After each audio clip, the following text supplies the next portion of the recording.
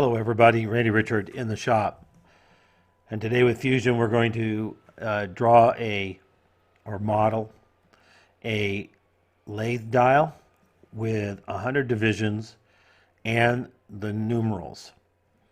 This will be just a generic dial.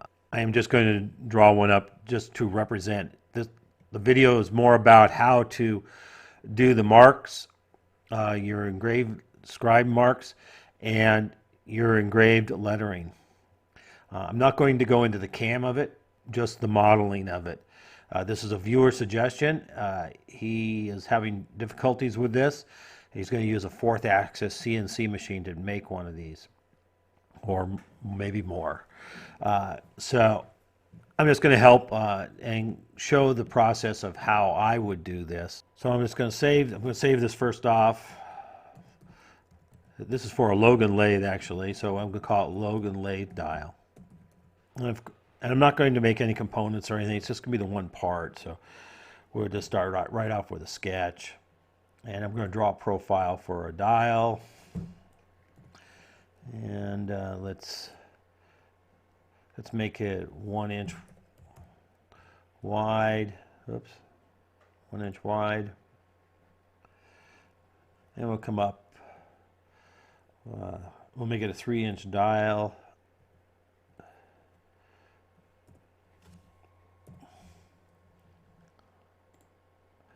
Come over a 1/2 inch, and we'll come down 100 thousandths or so, and then just so we have a step in it to show definition. And over and down, and we'll put a bore line in it. There's a hole in it.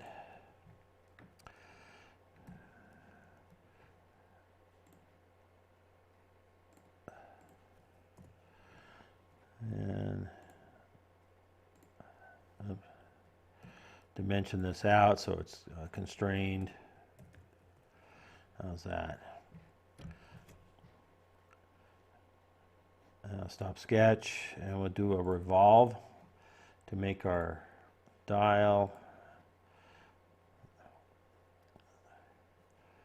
Say okay. I'm going to change the color there. I'm just going to go to the colorize icon and color it this way. It'll be easier to see what we're doing. All right, we have a dial with a step in it. We're going to put the marks on the upper portion here, and then the numbers will be on this portion here, this face.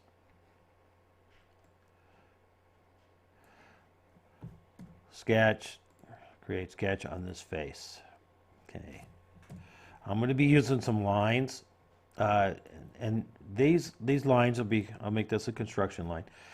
These are just for referencing to keep track of how and what angles you're at and where you're at. I'd like to make another line right here at this intersection, come out. Now this should be perpendicular to that, or this can be tangent to that, preferably perpendicular to this line. That way our little groove we're going to put in is nice and square to the diameter as we would go around. I'm going to use a polygon, and I'm going to come up here above here for a reason. You'll see 3-sided, and I'm using a triangle, isosceles equal sided triangle. Point 0.02 will make it 20 thousandths. Say enter, and we don't care what angle it's at. Now these are 60-degree angles now on this triangle, and if you were using a 60-degree engraving tool, this is perfect. Now you can change and draw whatever shape you want for whatever engraving tool you're using, but this just makes it easy. Now I'm just going to choose parallel. I want one of the sides to be parallel with that line. See, now it's nice and in line here. Now I'm going to set my depth of my engrave from here to this point here. All right, 0.0. Let's make it 20 thousandths deep. Okay, so there's my amount I would actually remove with my engraving tool. Stop sketch.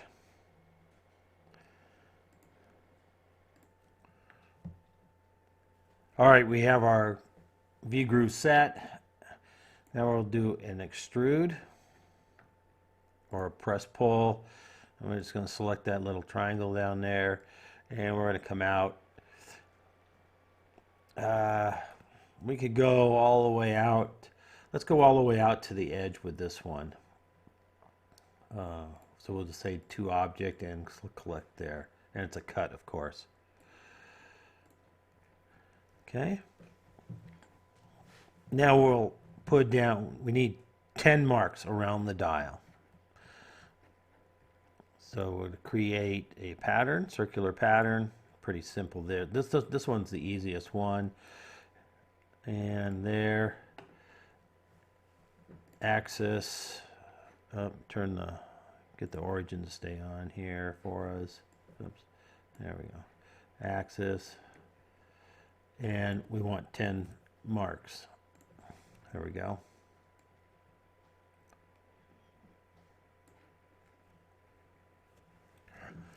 Okay, now we need a mark in between, and it won't be as deep. So we'll do another sketch, same, right? All same. We're going to do the same thing, except we're going to draw it in this location, and it needs to be tangent to this side. So we'll do a line, and if we go up here to the circumference and snap to it, we'll hit a midpoint right there, and then you can just extend it out if you want a little bit. There, construction line. Now that's halfway between here and there. Pretty easy. Another line, intersection, just draw it out anywhere. We'll make it perpendicular then to the construction line, so now it's also tangent. We'll draw another polygon, and we'll just draw it out here somewhere so it doesn't snap to something, that's all. Three-sided, and we'll make it 0.02. We'll make it the same as, we'll make all of them the same, so it's just like this, like you're using the same tool. And we'll set this again parallel to the tangent line. And then we'll say D for dimension from there to there. And we'll set our depth. 0.01. We'll just make this one a little lighter line. We'll make all the in-between lines a little lighter that way. You can set it for whatever you want to set it for. You know, whatever comes out and looks good. Stop sketch, press pull and select there, and oops, do that again. Press pull, and we'll just drag that out. Oops.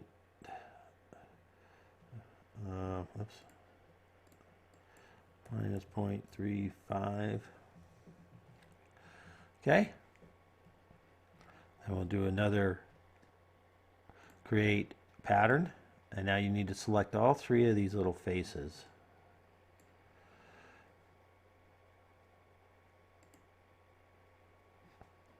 Turn it here. There we go. Oops.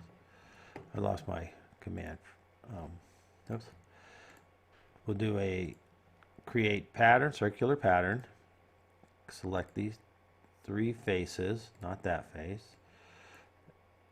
There, like that. Select axis again. And we need 10 of those. One for each segment, right? Now we need to get 4 hash marks in between every one of these. So sketch, create sketch. And from the major marks, it was 36 degrees. So from here to there, it's at 18 degrees, right? And I know it's 36. 36 is 360 divided by 10, right? So we need to have marks in between here. So let's do a line again. Center, out. Make it that. And what you can do is say circular pattern of this construction line. Okay. Oops.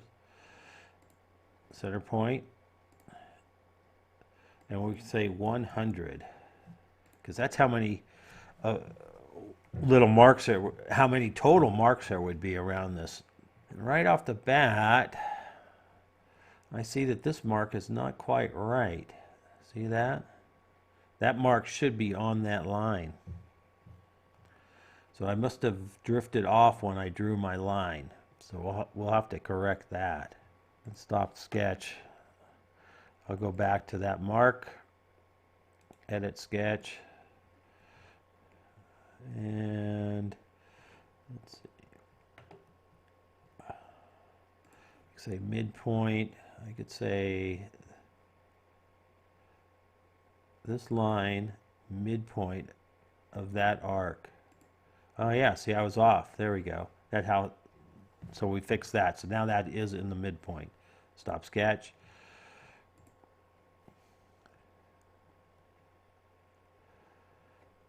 My computer is being very slow this morning. There we go. All right, so now you can see that we're right on our mark where it should be. So all these lines, these are just helpful lines to make sure of you're double checking some of your modeling. We'll go back here to this sketch, right? And we're going to do another line on the very first one. Just anywhere, again, this one, perpendicular to this.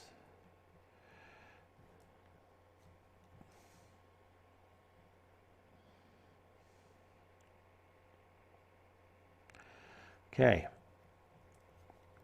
And then again, another polygon.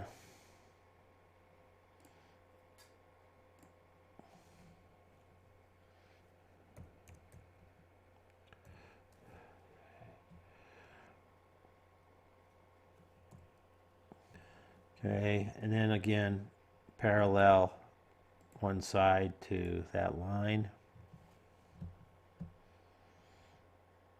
That can be a construction line, right? All right, we'll set our depth. We'll go from here to there, and hopefully we can get this aligned properly there.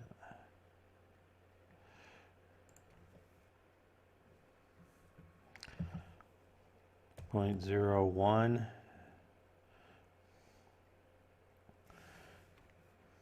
Then we'll do an extrude on that, of course.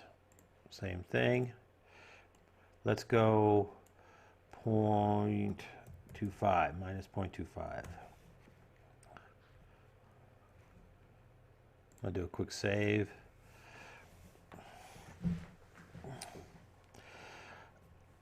Now we need to get 3 more lines marked here, and then we're going to make those all in these other spots.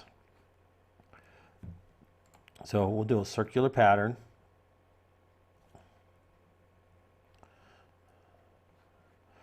Circular pattern right in the right spot here. Select our 3 little faces. Axis.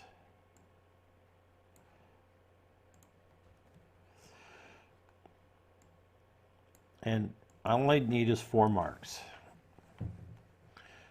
But we're going to change this to an angle in how many degrees. Okay. Now if you turn back on this other sketch, there's all of our marks, right? We need a mark, we need a groove on this one, and this one. And that is, these are 3.6 degrees apart. So that's 1, 2, 3. All those, as far as the 4 marks in those 3 segments.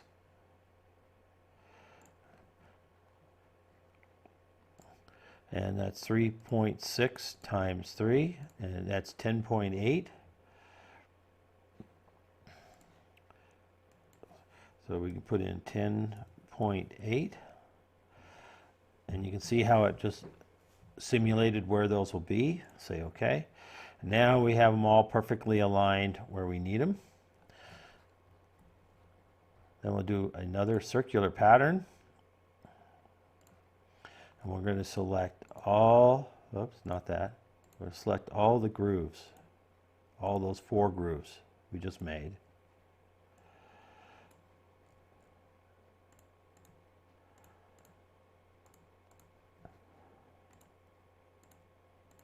Okay, just the 4 grooves. And I don't want this and I don't want that. It's a little hurry to my selections. I only want those 4 grooves. Axis.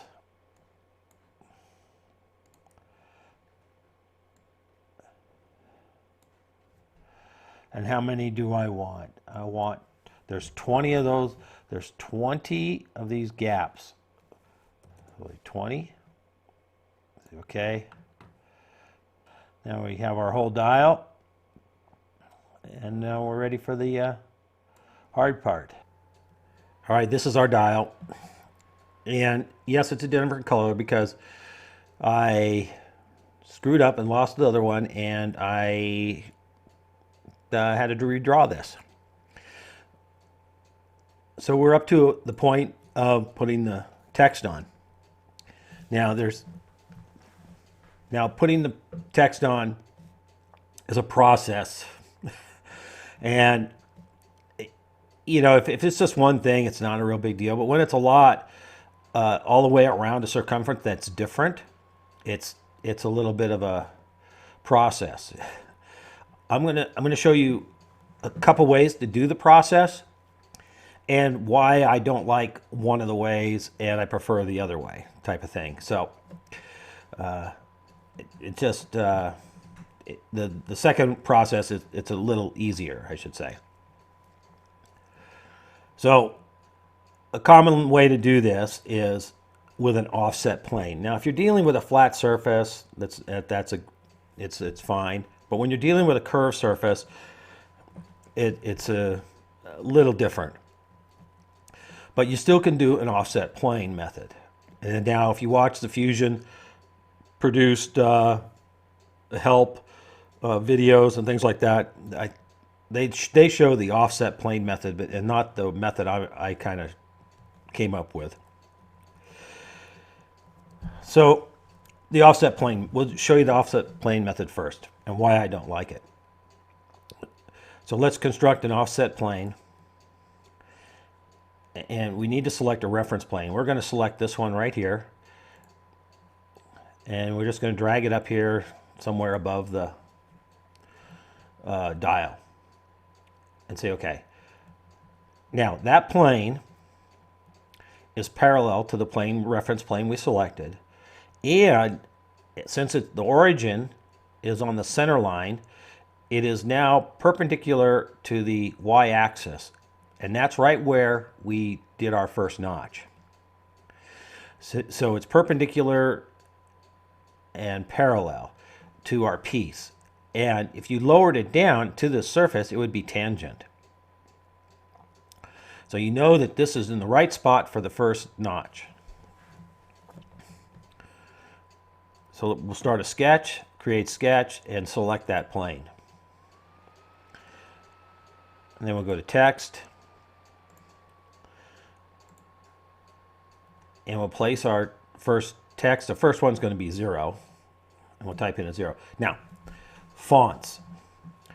You can select whatever font you want. It all kind of depends on how you're going to machine this.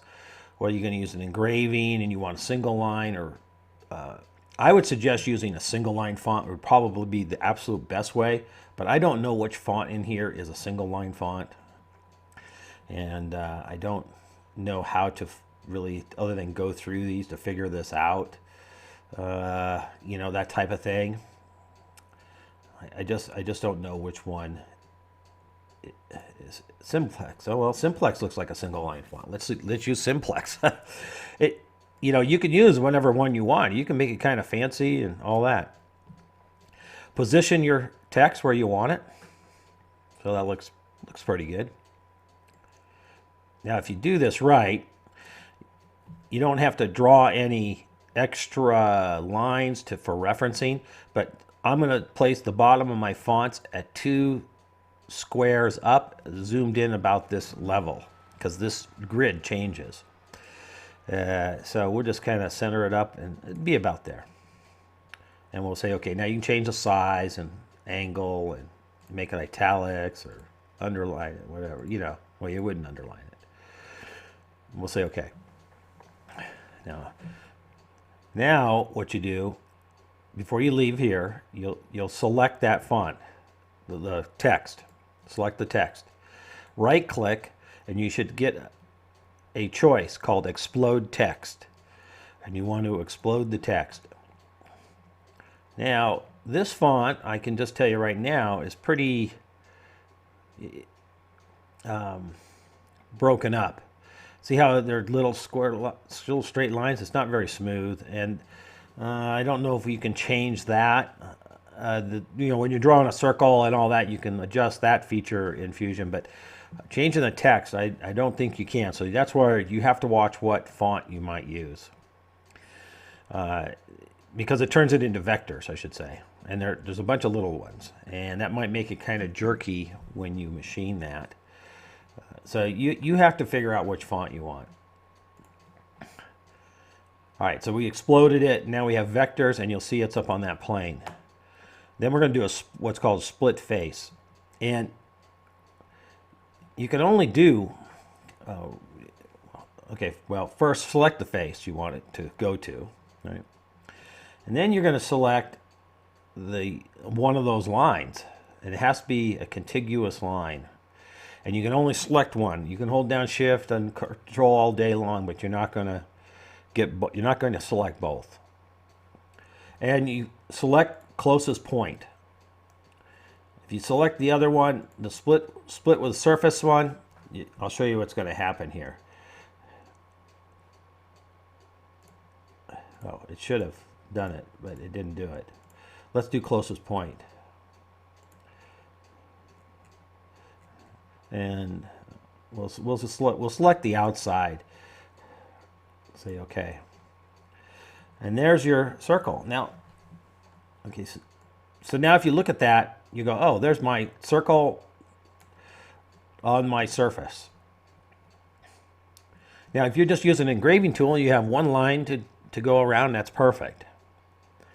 But if you're not using an engraving tool, you might want to have that other line in there. And you'll have to go back and do the same thing again. Just turn your sketch back on and select the other line. Okay?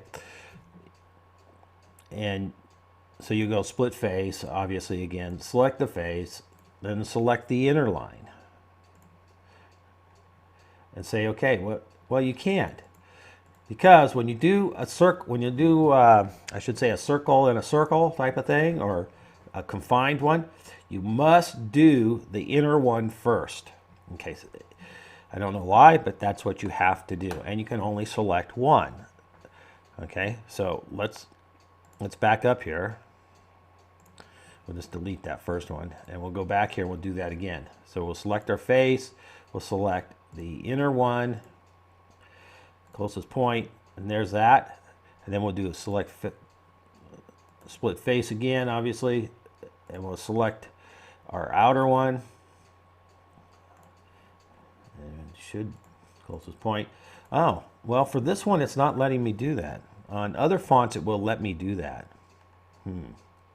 That's interesting. I didn't know, because I never used this font. So anyway, you only got to select one, I guess, on this one. Some fonts, you can select both. I mean, you can select one at a time, but you can do the inner one first and then the outer one. So, well, since we're with this font, we'll use a different font on the next characters. How's that sound?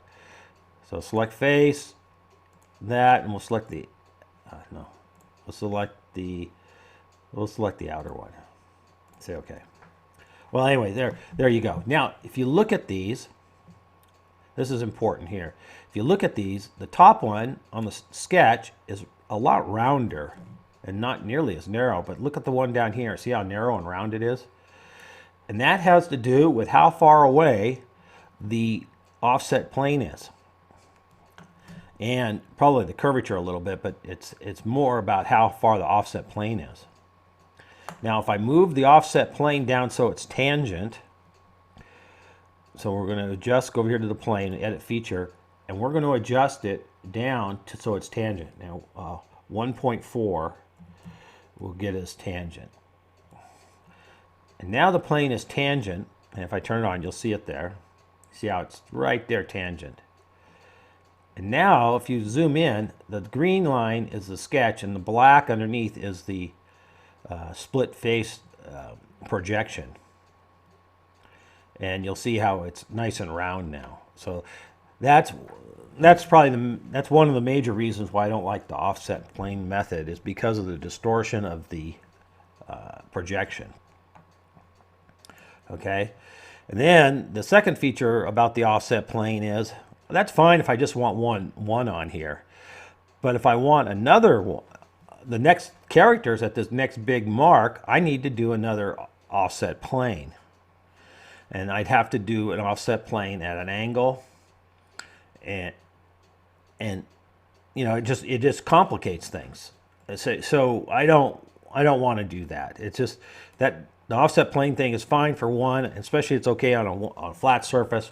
But when we're talking about going around something round, it's far more difficult. So the offset plane thing for me is out of the questions in that choice. But what you could do, okay, is construct a tangent plane. Okay, now a tangent plane, you select the face, and now you have this circular, right? And the axis is the z-axis, which is just right? And because that's the axis of the plane, and we can rotate this around, right? And we can turn it around here and set it at our location, right in line with the next one, and that's what we'd want. We want it to be that be our tangent point. Well, okay, so now you got to set it the angle. Well, what is the angle? Well, in this case, since 0 is down here, you come up. You got to come up 50. It'd be a minus here. It'd be minus 54 degrees, and that would be right at that point. It'd be 36 down from here, and from the 0 point up, it'd be 54. Okay, so now we have our plane defined. Oops, I didn't get minus in there, I guess. Feature. Oh, I just screwed up. There we go.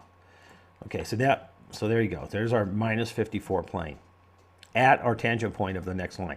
And we would do the same thing. We would go over here, create sketch on that plane, sketch, text, and we'd place our text just somewhere, and it'd be 10 would be our text, and we'd have to change our font again. Anyway, we're just going to leave it at Arial, straighten it out, turn it around here, and then move it to our location.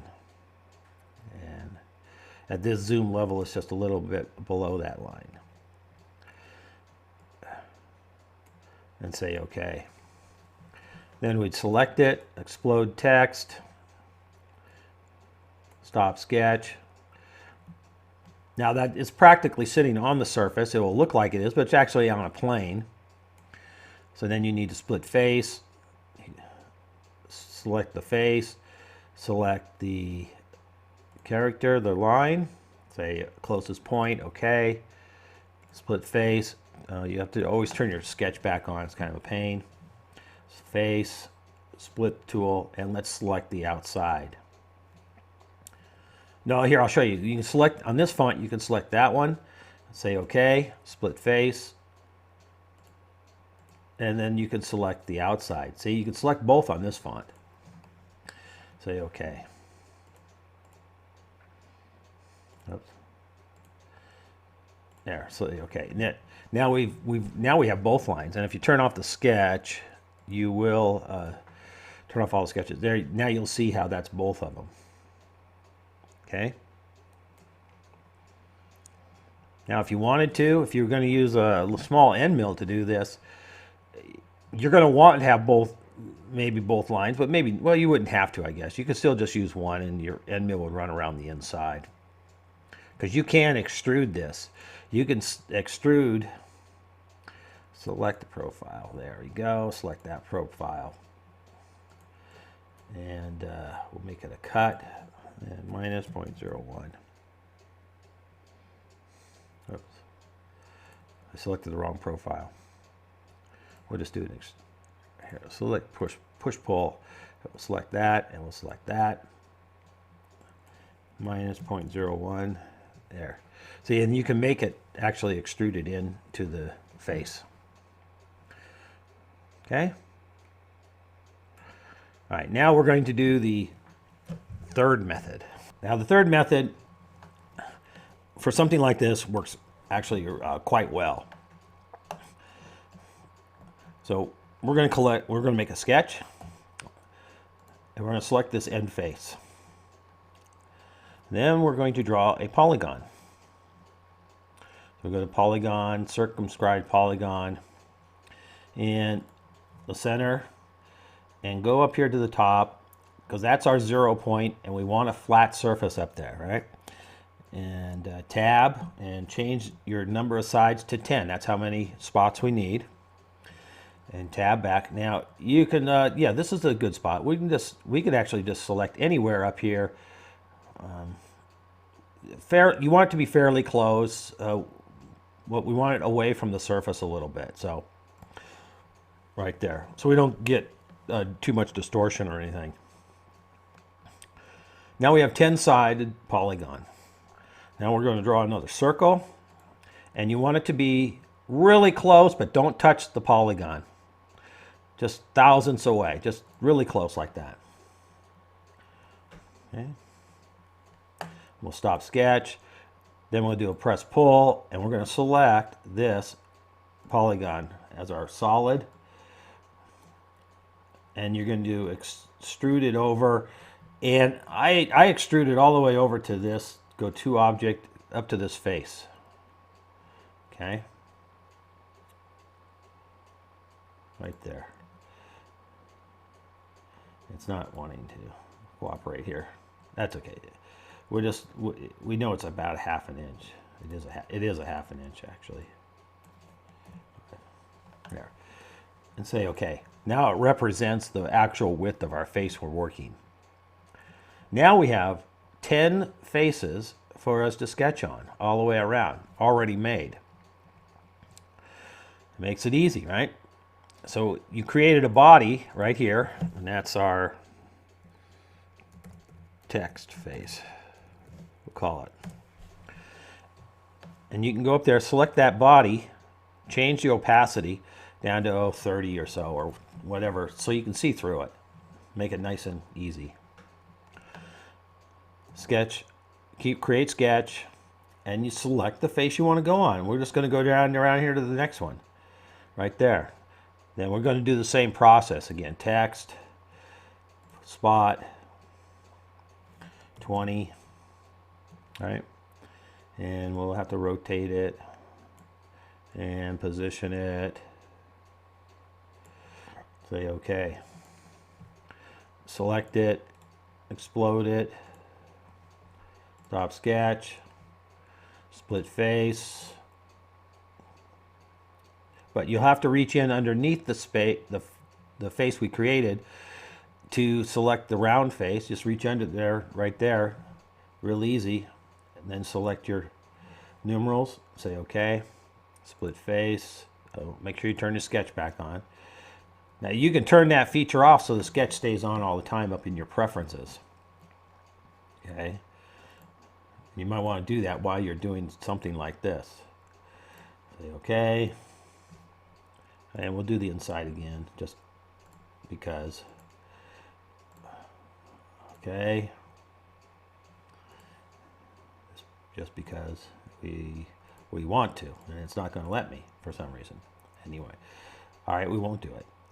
Anyway, there we go. And then when you're done, you can always turn off this and turn off your sketch, and that all disappears. And then you can go and do your extrude or whatever you want to do to your text, just like before. Anyway, there you go. And then you just repeat the process, just like the 20 on each face all the way around. And through magic, since I've already done this, this is what the dial looks like. If you did it all the way around, and you did both lines on the zeros, I went all around and did it all the way around, 50, 60, 70, 80, 90, all around. There you go.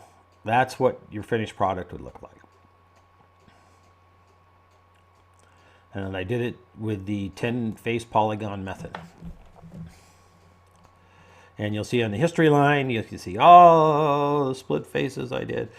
First I went around and did all the sketches, each one, all those at once. I just went around and did all the sketches, and then I went back and did all the split faces. So it was a little bit, maybe a little bit faster doing that. But there you go. Several methods to do that, and you'll have to figure out the cam and what font you would want to use and all that. Now, if you want real accurate representation of the fonts, the closer you make that polygon, the better off. We only went, sorry, this step is 100 thousandths. That's all it is. That's what. So, but the closer you are, the more, of course, exact representation of the font you'll have. Okay, I hope that helps, and that's for Bill. Thanks, Bill, for the idea. This is a little bit complicated. It's more than just a tip, but it's a good one. All right, we'll catch you in the next one, and thank you guys. Please subscribe, and please comment, share, all that good stuff, and join me for the next one. And if you have any more suggestions, viewers have any suggestions, or they want to see something, please put something in the comments, and I'll see what I can do.